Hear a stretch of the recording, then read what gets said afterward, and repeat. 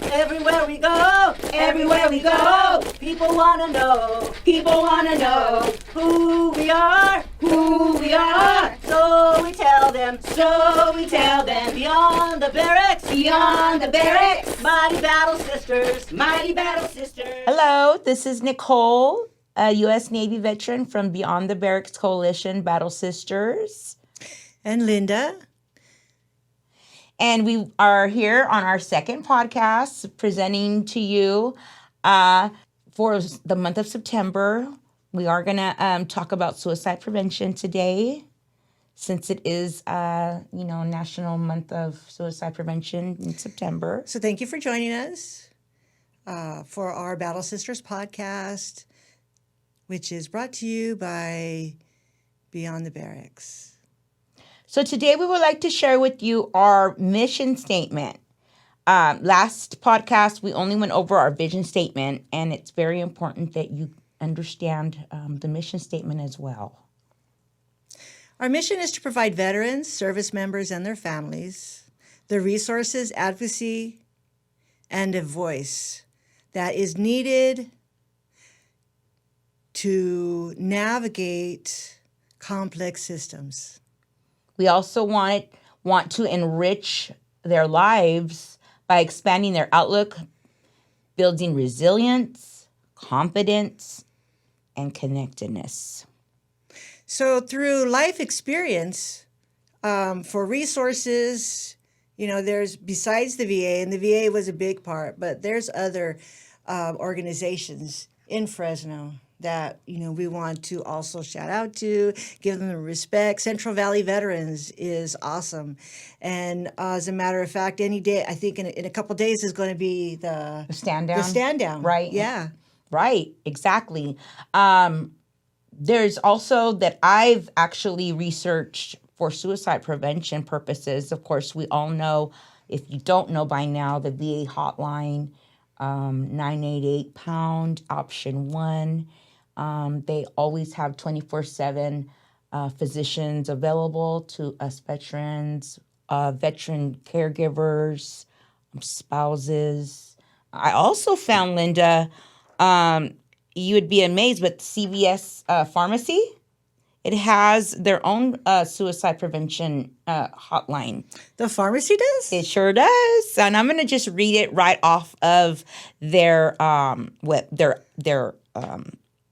online information. So it says, if you require mental health support or are thinking about suicide, know someone who is in need to talk with someone, we encourage you to immediately dial 988. You can also continue to call the National Suicide Prevention Lifeline at 800-273-TALK, 8255. Or text HOME to the crisis text line 24/7, and to text it, it's 741741. And that actually connects you to a crisis counselor. So I thought that was really cool. CVS had that, That is. Yeah, I never knew that, And I really do like the text option. Exactly. Because if I don't want to be on the phone, right, I could still text, and I could take the time to respond. Exactly. Or clear my thought, and say whatever, I want to talk about at that time, what the issue is. Right. I just want to also put it out there, Linda, that our coalition and our Battle Sisters Facebook page, we have a direct messenger option. If you guys ever want to message one of us, or even like another Battle Sister that's up there, if you're having a hard time, having a down day, you're feeling in crisis, if you need a resource, go ahead and send us a direct DM. And one of us is always manning that messenger line, and we're always happy to provide you with a lending ear, support. Or, another suggestion is to just respond on the page saying, I would like someone to talk to. Exactly. And we're going to respond. Exactly. And when you're comfortable, then you will have the option, then private message me. Mm-hmm. But that would be a good way to initiate the conversation, is just by saying, I want to talk to someone. Right. Exactly.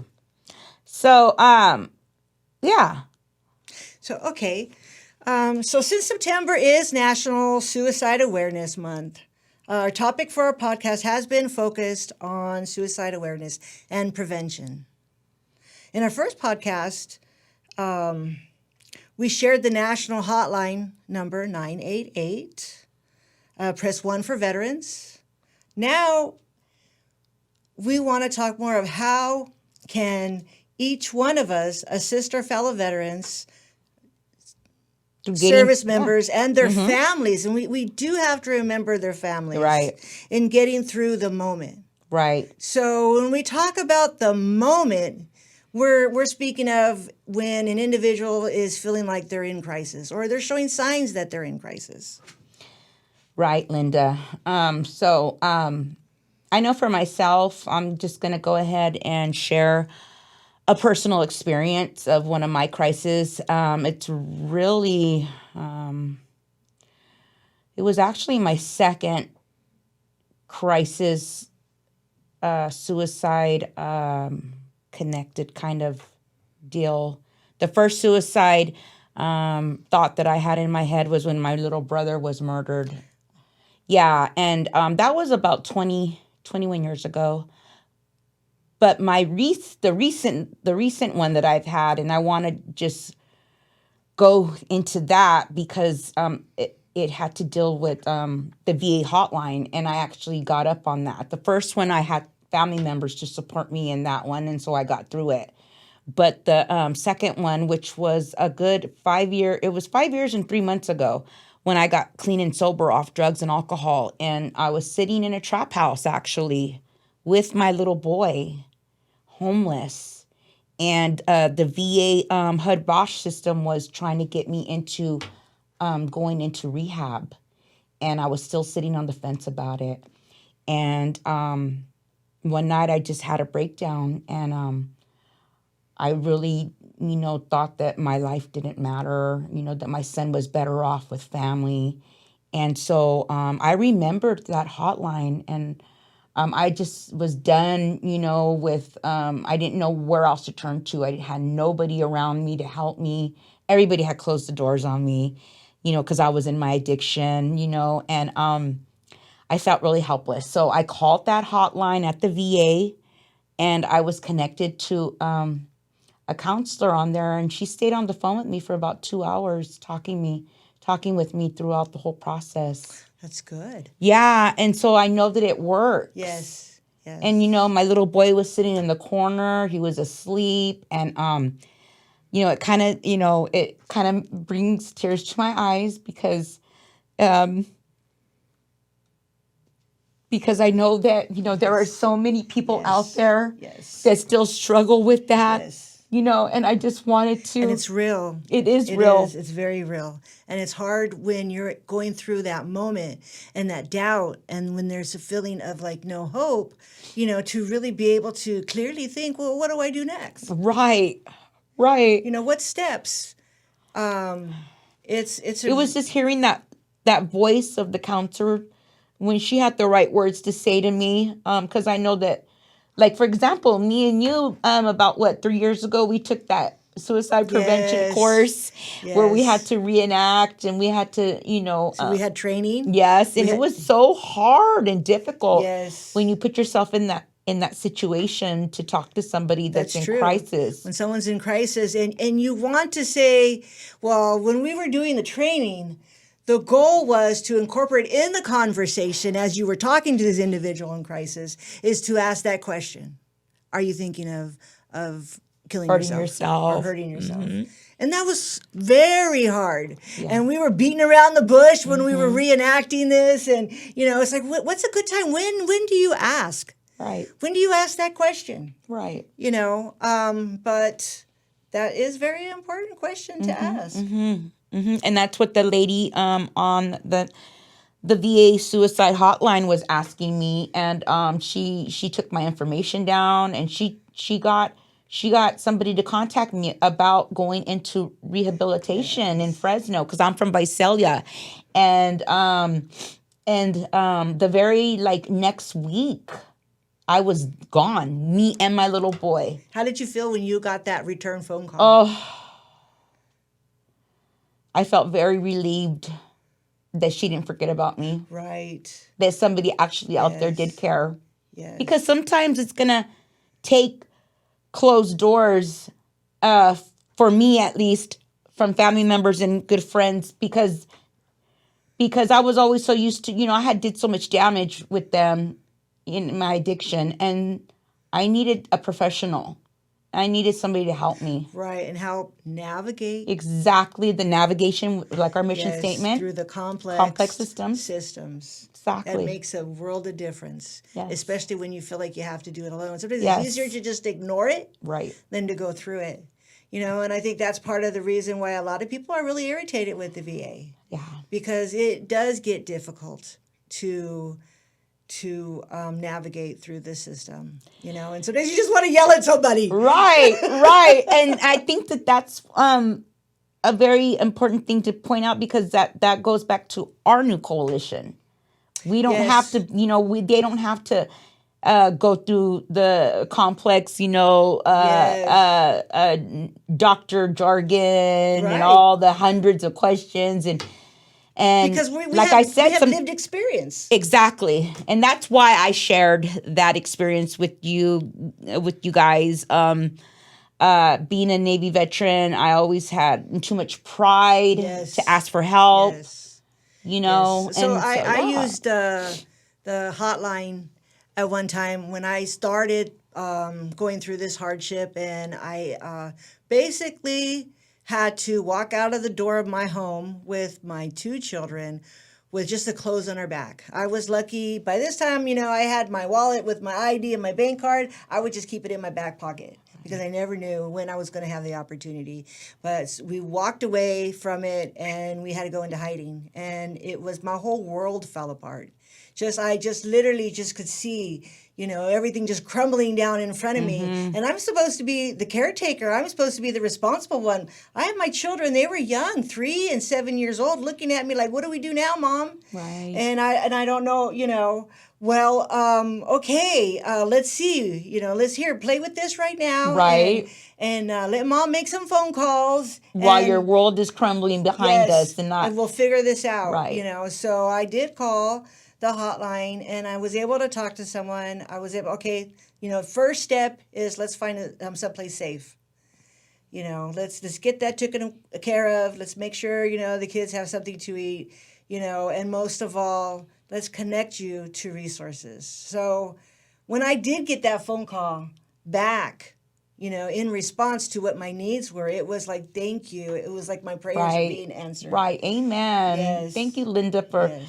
sharing that, because and I'm proud of you. Thank you. I'm proud of you, and I'm proud of myself. Yes, definitely. For You are an amazing woman. and so are you. Thank you know, and you are too out there, Battle Sisters. Yes. We love you. Yes. And excuse my tears.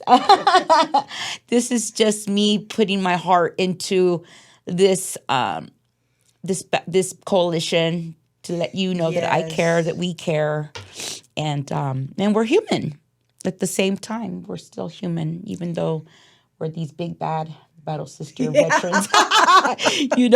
Willing to Exactly. stand in front of a camera with our kneecaps shaking, talking. Yeah. I'm still gonna do it. We are. We got this. We got this, And so with that being said, when you see a friend or family member in crisis, know that it's okay to let them know that you have noticed some changes in them, or Red flags. Mm-hmm. Yeah. And maybe they're feeling overwhelmed. If they're willing to open up to you, If they're willing to open up to you, be willing to listen. yeah. First, start off with just listening to it. It might not make sense.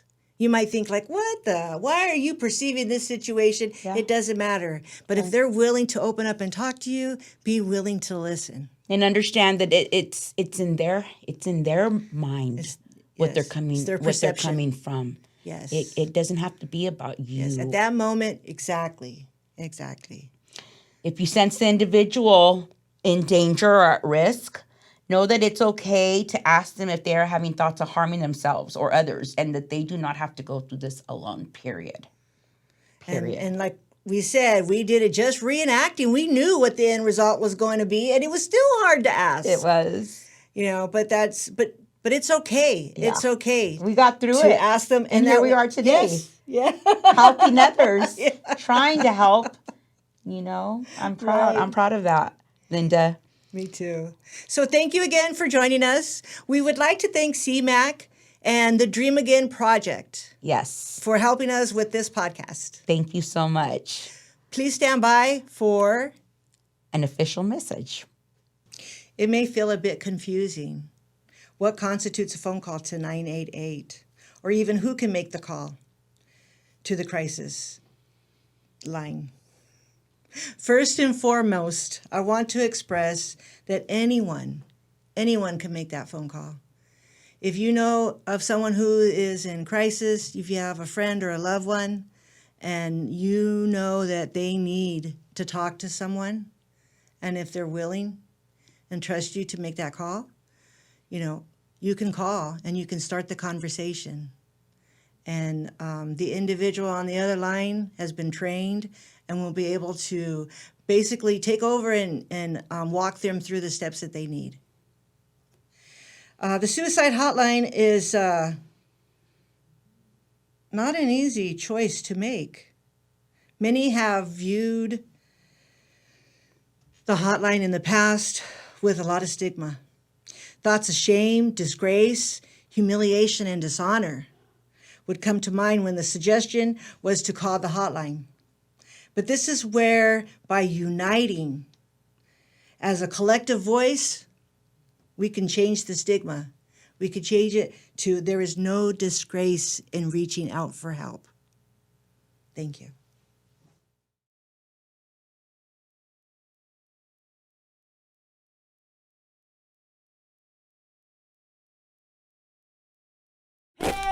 Pain in my back. In my back. Pain in my soul. In my soul. Oh no. Oh, no. Here we go. Here we go. Battle sisters. Battle sisters. Here for you. Here for you. True and through. True and through. Left, right, Leo. Left, right, Leo.